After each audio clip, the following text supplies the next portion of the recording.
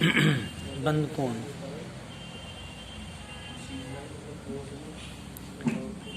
किसी अणु में बंधित कक्षकों को पृथक करने वाली रेखाओं के मध्य का कोण बंद कोण कहलाता है। क्या भाई?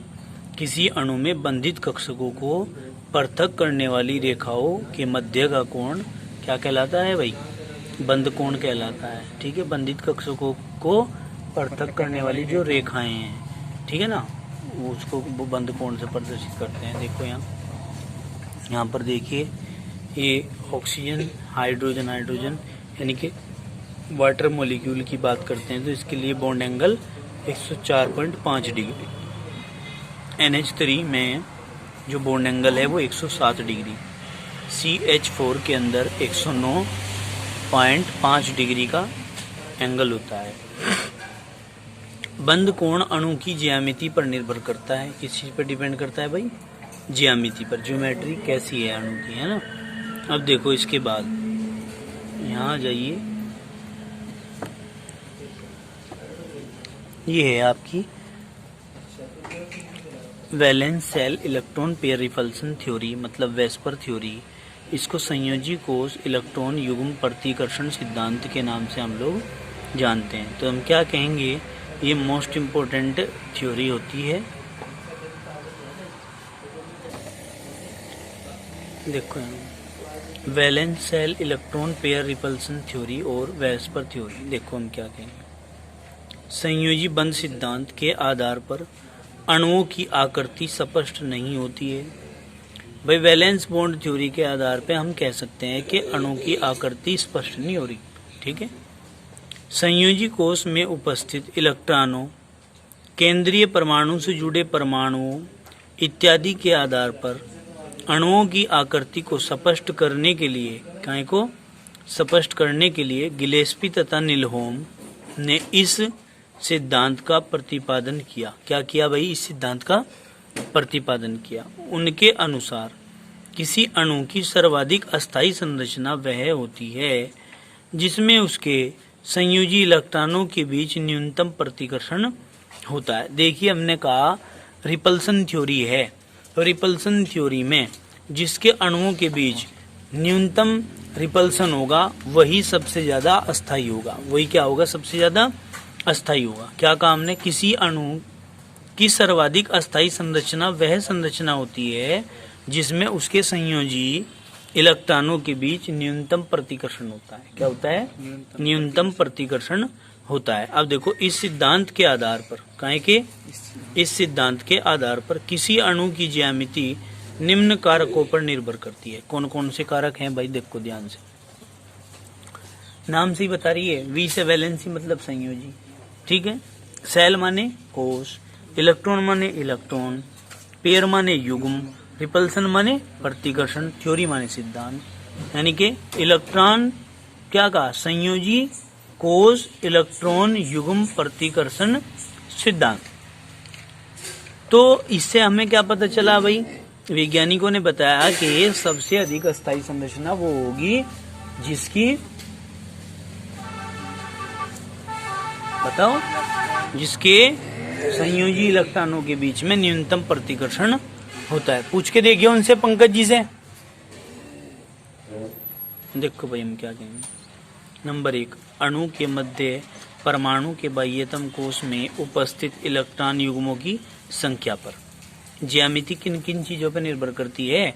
अणु के मध्य परमाणु के बाह्यतम कोष में उपस्थित इलेक्ट्रॉन युग्मों की संख्या पर निर्भर करती है। दूसरी बात, इलेक्ट्रॉनों के बंद युग्मों की संख्या पर निर्भर करती है। किस पे? इलेक्ट्रॉनों के बंद युग्मों की संख्या पे। अबंधित इलेक्ट्रॉन युग्मों की संख्या पर। किस पर? अबंधित इलेक्ट्रॉन युग्मों की संख्या पर निर्भर करती है। हम क्या कहेंगे? उनके अनुसार भिन्न इलेक्ट्रॉन युग्मों के बीच लगने वाले प्रतिकर्षण बल का क्रम इस प्रकार है। क्या है क्रम? वो लोन पेयर के बीच में सबसे ज्यादा प्रतिकर्षण लगता है, उससे कम फिर लोन पेयर बॉन्ड पेयर में लगता है, सबसे कम बॉन्ड पेयर में प्रतिकर्षण बल लगता है। हम क्या कहेंगे? लोन पेयर बॉन्ड पेयर मतलब अबंधित युग्म फिर अबंधित युग्म और बंधित युग्म, फिर बंधित युग्म और बंधित युग्म। यानी कि सबसे ज्यादा अगर प्रतिकर्षण बल लगेगा तो वो लोन पेयर के बीच में लगेगा, और जो सबसे कम प्रतिकर्षण बल लगेगा वो बॉन्ड पेयर और बॉन्ड पेयर के बीच में लगेगा। क्या कहेंगे हम?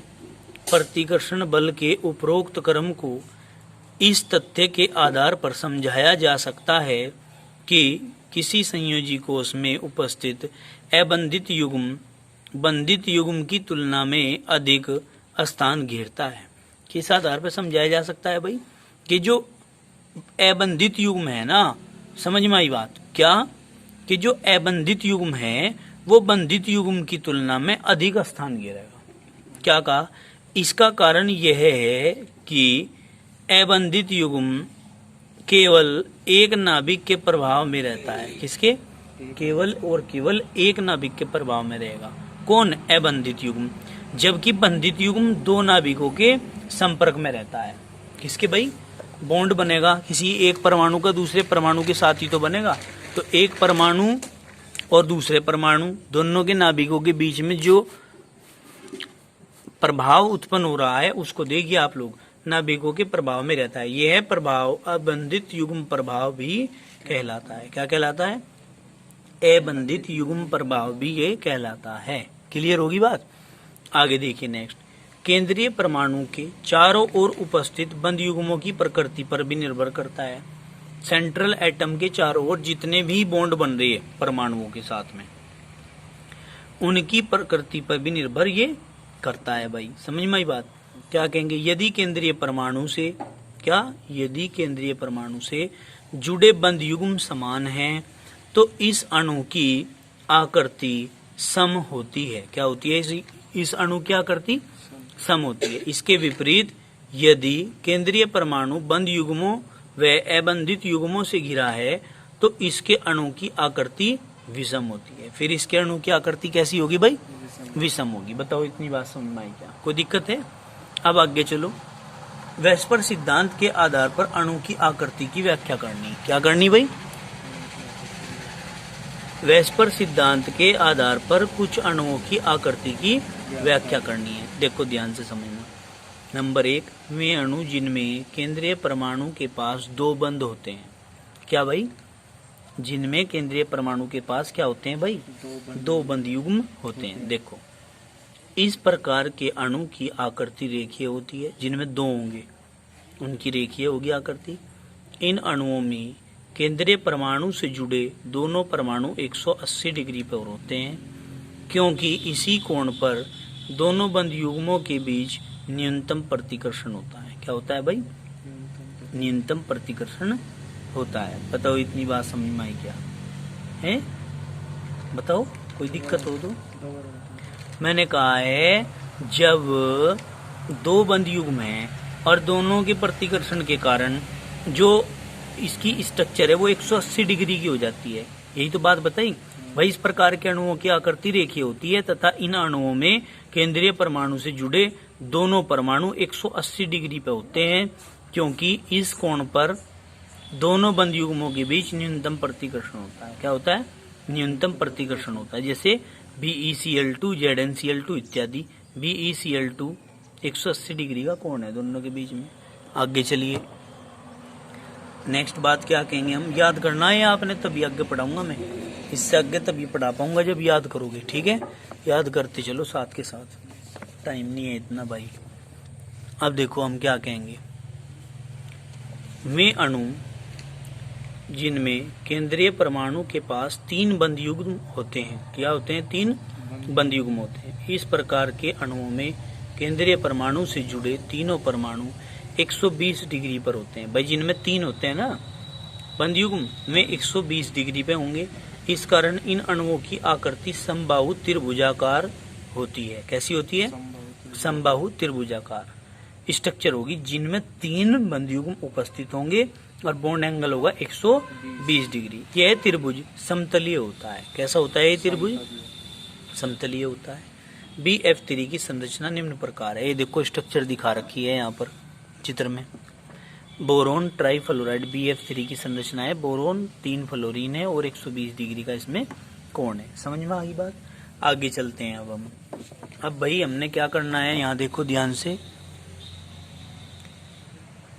एग्जाम्पल देंगे इसका। एग्जाम्पल में आपने बताना है BF3 और AlCl3 इसके उदाहरण है। BF3 और AlCl3 मतलब बोरोन ट्राइफ्लोराइड और एल्यूमिनियम ट्राइक्लोराइड इसके उदाहरण है। अब हम क्या कहेंगे, वे अणु जिनमें केंद्रीय परमाणु के पास 4 बंध युग्म होते हैं। कितने भाई? 4 बंध युग्म होते हैं। जिनमें 4 बंध युग्म होंगे उनमें कितने का कोण बनेगा, ये देखो।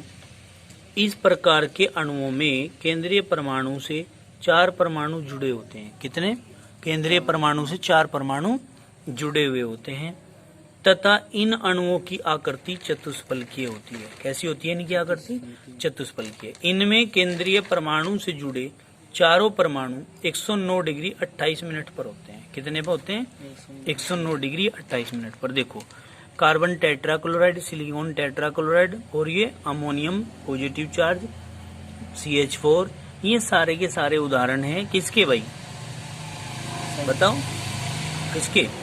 चतुष्फलकीय आकृति के, यानी कि इनकी आकृति चतुष्फलकीय होगी और इनमें बंध युग्म कितने होंगे? 4। कितने बंध युग्म होंगे? 4। इसकी स्ट्रक्चर भी दिखा रखी है यहाँ CH4 की, कि इसके बीच में जो बॉन्ड एंगल होता है वो 109 डिग्री 28 मिनट का होता है। कितना होता है भाई? 109 डिग्री 28 मिनट। बोलो जरा, इतनी बात समझ में आई क्या? अब आगे चलिए, क्या कहेंगे, वे अणु जिनमें केंद्रिक परमाणु पर बंध युग्म के साथ अबंधित युग्म भी होते हैं। क्या भाई? वे अणु जिनमें केंद्रीय परमाणु पर बंध युग्म के साथ साथ, बंध युग्म मतलब बॉन्ड पेयर, बॉन्ड पेयर के साथ साथ अबंधित युग्म मतलब लोन पेयर भी होते हैं। सुनो बात क्या कहा, इस प्रकार के अणुओं की आकृति सामान्य नहीं होती। क्या नहीं होती? सामान्य। क्यों नहीं होती सामान्य? क्योंकि इसमें लोन पेयर होते हैं। लोन पेयर होते हैं अबंधित युग्म, ये लिख रहा है लोन पेयर, अबंधित युग्म। लोन पेयर के कारण रिपल्सन फोर्स ज्यादा काम करता है, जिससे कि इसकी स्ट्रक्चर बिगड़ जाती है और बॉन्ड एंगल ज्यादा हो जाता है। देखो, क्योंकि इनमें बंधित युग्म अबंधित युग्म की प्रतिकर्षण होता है। क्या होता है? बंधित युग्म अबंधित युग्म प्रतिकर्षण होता है। देखो सुन लो, बॉन्ड पेयर और लोन पेयर वाला, यानी कि जो बीच में आया था दोनों के, lone pair lone pair, lone pair bond pair और फिर बॉन्ड पेयर बॉन्ड पेयर, याद रखना है ये क्रम। तो इसने कहा लोन पेयर बॉन्ड पेयर प्रतिकर्षण होता है। यही कारण है कि जल का अणु रेखीय न होकर कोणीय होता है, वी शेप का होता है। कैसा? वी शेप का, जिसमें हाइड्रोजन ऑक्सीजन हाइड्रोजन कोण 180 न होकर 104 डिग्री 31 मिनट होता है। इसी प्रकार NH3 में बंद कोण 109 डिग्री 28 मिनट न होकर 106 डिग्री 51 मिनट होता है। क्यों होता है? क्योंकि इसमें लोन पेयर की उपस्थिति है। लोन पेयर की जिसमें भी उपस्थिति होगी उसकी स्ट्रक्चर बिगड़ जाएगी। समझ में आई बात? फॉर एग्जाम्पल NH3, H2O, इनकी स्ट्रक्चर इस प्रकार की है भाई, अलग अलग प्रकार की है। अब देखिए यहाँ दिखा रखा है इसमें चित्र में इन्होंने टेबल में, आपके पास बुक है सभी भैया बहनों के, उसमें आप देख सकते हो कि जो बंध युग्मों की संख्या यदि होगी 2, कितनी बंध युग्मों की संख्या यदि होगी 2, तो ज्यामिति होगी रेखीय, बॉन्ड एंगल होगा 180 डिग्री। उदाहरण कौन कौन होंगे? बोरोन डाइफ्लोराइड, बोरोन डाइक्लोराइड और beryllium difluoride, beryllium dichloride, zinc chloride, ये होंगे। यदि बंध युग्मों की संख्या है 3 तो स्ट्रक्चर कैसी होगी? इस प्रकार की होगी और समतल त्रिभुजाकार होगी। बॉन्ड एंगल जो है वो 120 डिग्री का होगा। एग्जाम्पल ये दे रखे हैं इसके, boron trifluoride, aluminium trifluoride, boron trichloride, aluminium trichloride. ठीक है ना, ये इसके एग्जाम्पल हो जाएंगे। और यदि आप कहते हैं कि बॉन्ड एंगलों की संख्या, बंध युग्मों की संख्या 4 आती है, तो फिर स्ट्रक्चर ये हो जाएगी आपकी। ठीक है जी, इसको हम टेट्राहेड्रल स्ट्रक्चर बोलते हैं, समतल चतुष्फलकीय स्ट्रक्चर होती है ये, समझ गए। और 109 डिग्री 28 मिनट का इसमें कोण होता है। सिलिकॉन टेट्रा क्लोराइड और मेथेन कार्बन टेट्राक्लोराइड इसके उदाहरण है। जिसमें 5 होंगे उसकी स्ट्रक्चर ऐसी त्रिभुजीय द्विपिरामिडीय होगी और 120 डिग्री और 90 डिग्री का इसमें कोण होगा। PCl5 इसका उदाहरण होगा। ठीक है, यदि बॉन्ड पेयर की नंबर 6 होती है, यानी कि बंद युग्मों की संख्या 6 होती है, तो फिर स्ट्रक्चर इस प्रकार की होगी। इसको हम अष्टफलकीय बोलते हैं। 90 डिग्री इसका एंगल होगा और SF6 इसका उदाहरण है। ठीक है जी, याद रखना है ये। अगर 7 प्रकार के बॉन्ड पेयर इसमें हैं, बॉन्ड पेयर की संख्या कितनी है? 7 है, तो पंचभुजी द्विपिरामिडीय होंगे। कैसे पंचभुजी द्विपिरामिडीय होंगे? 90 डिग्री और 72 डिग्री का इसमें कोण होगा। IF7 है इसकी स्ट्रक्चर। ठीक है, आगे चलिए, आगे क्या कहेंगे? वे अणु जिनमें एकांकी इलेक्ट्रॉन युग्म होता है। भाई जिनमें एकांकी इलेक्ट्रॉन युग्म हो गया उसका क्या होगा? ये तो अब तक तो बॉन्ड पेयर भी पढ़ लिया। अब जिनमें लोन पेयर होगा तो देखो, बंद युग्मों की संख्या 2 और एक बंद युग्म मतलब बॉन्ड पेयर की संख्या 2 होगी और लोन पेयर की संख्या 1 होगी। तो क्या होगा? तो इसकी उपस्थिति से स्ट्रक्चर बिगड़ जाएगी। होगी समतल त्रिभुजाकार, ज्यामिति कोणीय होगी। उदाहरण है SO2O3। इसके अणु होंगे AB2E प्रकार के। किसके? AB2E प्रकार के। अब आगे देखिए, AB3E अणु सूत्र वाले होंगे। बंद युग्मों की संख्या 3 होगी और एकांकी युग्मों की संख्या यानी कि लोन पेयर की संख्या 1 होगी। तो इलेक्ट्रॉन युग्मों का विन्यास जो है वो AB3 और E जो है ये दिख रहा है यहाँ पे आवेश, ये है ये। ठीक है ना, तो त्रिभुजी द्विपिरामिडीय होगी। NH3 इसकी स्ट्रक्चर होगी, यानी कि बाकी 3 के साथ तो बॉन्ड बना रहा है और E वाला है ये लोन पेयर के साथ में ये इस प्रकार से बॉन्डिंग दिखाता है। ठीक है, अब इसके बाद आगे चलते हैं। AB2E2 में हम बंद युग्मों की संख्या 2 हो जाएगी, एकांकी युग्मों की संख्या 2 हो जाएगी। तो भाई AB2 और ये 2 अलग अलग हो जाएंगे। कोणीय इसकी स्ट्रक्चर होगी। H2O इसका उदाहरण है। ठीक है, यानी कि लोन पेयर इसमें कितने हैं? 2 लोन पेयर है। ठीक है बेटा, आगे चलिए, हम क्या कहेंगे?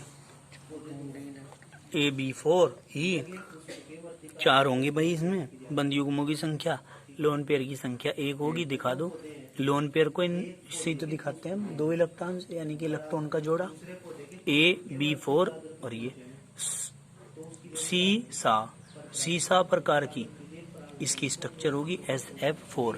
आयुष भैया जी समझ में भी आ रहा है ये हैं? अब देखो AB3E2 में क्या भाई? बंद युग्मों की संख्या 3, एकांकी युग्मों की संख्या 2, AB3 लोन पेयर 2 अलग अलग दिखा दिए। T प्रकार की, देखो इसको भूल जाओ आप, इसको तो इसे और इसे देखो, T प्रकार की स्ट्रक्चर नहीं बन रही। CF3 प्रकार की ये जो है उदाहरण से शो करेगा।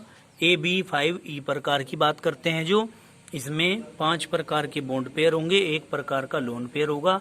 AB1 2 3 4 5 प्रकार के जो है बॉन्ड पेयर बॉन्ड बना रहे हैं ना 5 के साथ, तो और 1 लोन पेयर है। समतल पिरामिडी इसकी स्ट्रक्चर होगी BrF4 प्रकार की। फिर AB4E2 की हम बात करते हैं। 4 प्रकार के इसमें बॉन्ड पेयर होंगे और भाई लोन पेयर होंगे 2। ठीक है ना, और देखो ये 2 लोन पेयर और 4 जो है बॉन्ड पेयर। समतल वर्गाकार हो जाएगी इसकी स्ट्रक्चर, ऐसी हो जाएगी। बनाएंगे हम ये सारी स्ट्रक्चर बनाएंगे हम। ठीक है ना, और ये XeF4 प्रकार का यौगिक होगा। तो इतनी बात समझ में आई है क्या? तो भाई आज आप इसे जो है कंप्लीट करेंगे ये थ्योरी। ठीक है, बैठ करके अभी कंप्लीट करो इसको